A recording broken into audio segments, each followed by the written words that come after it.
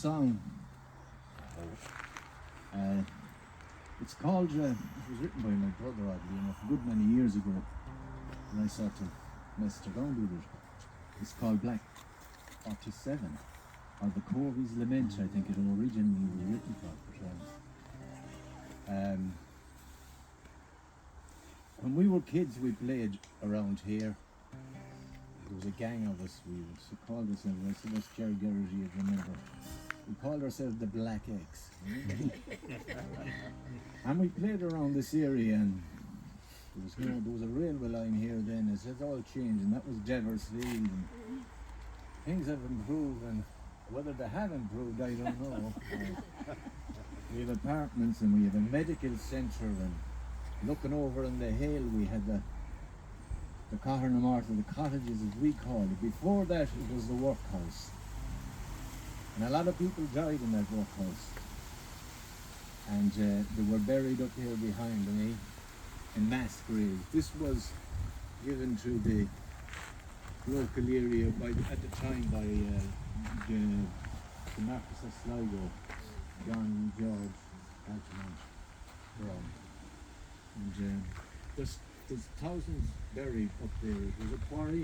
In fact, the quarry that built the workhouse and built the rope walk right out to the quay. That wall, you see, is the last monument to all those people that worked for something in the region of 6 pence a day in the workhouse, the men.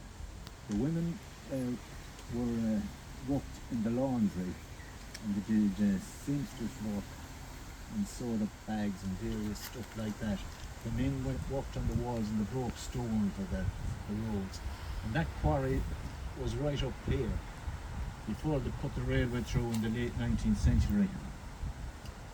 The original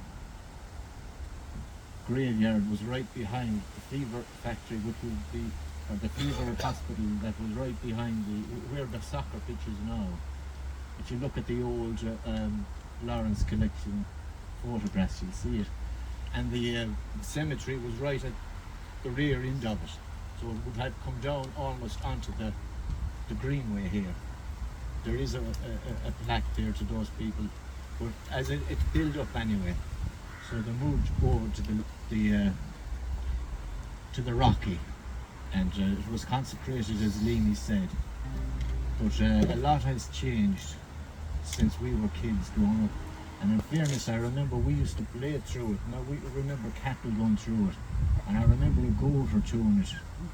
And your dad always said, Roddy Garrity always said, like, it was sacred ground and to have respect for it, whatever else.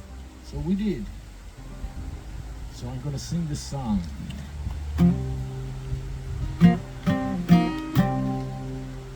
In Black 47, my wife went to heaven. My young lad was taken as well.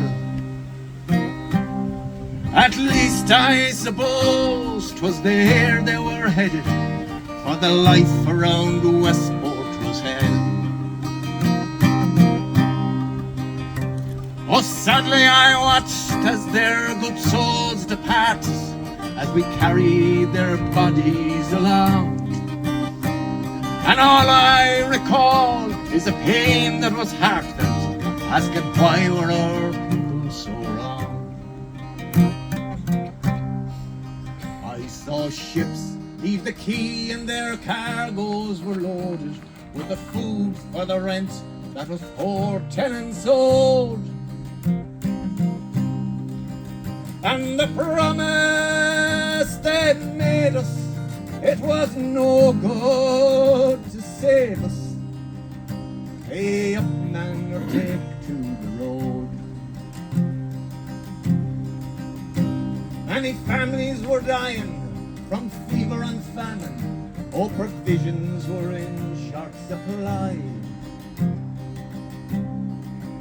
In the stone fort of the Beeves, wasn't it ironic? But the Beeves were the last ones to die.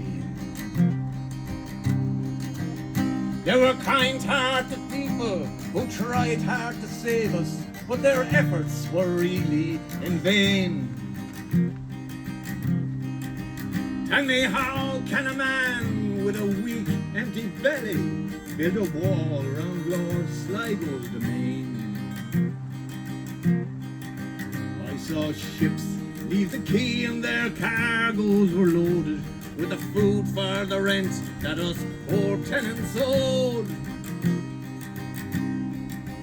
And the promise they made us 'twas no good to save us. Pay up, man, or take to the road. Or pay up, man, or take to the road.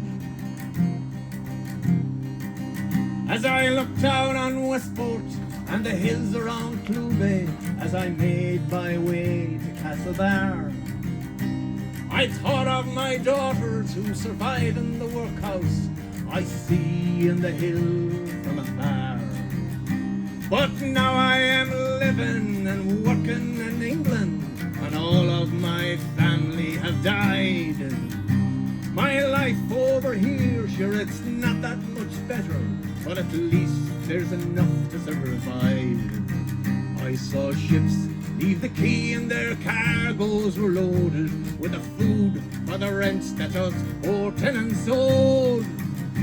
And the promise they made us was no good to save us. I pay up, man, or take to the road. I pay up, man, or take to the road. I pay up, man, or take to the road.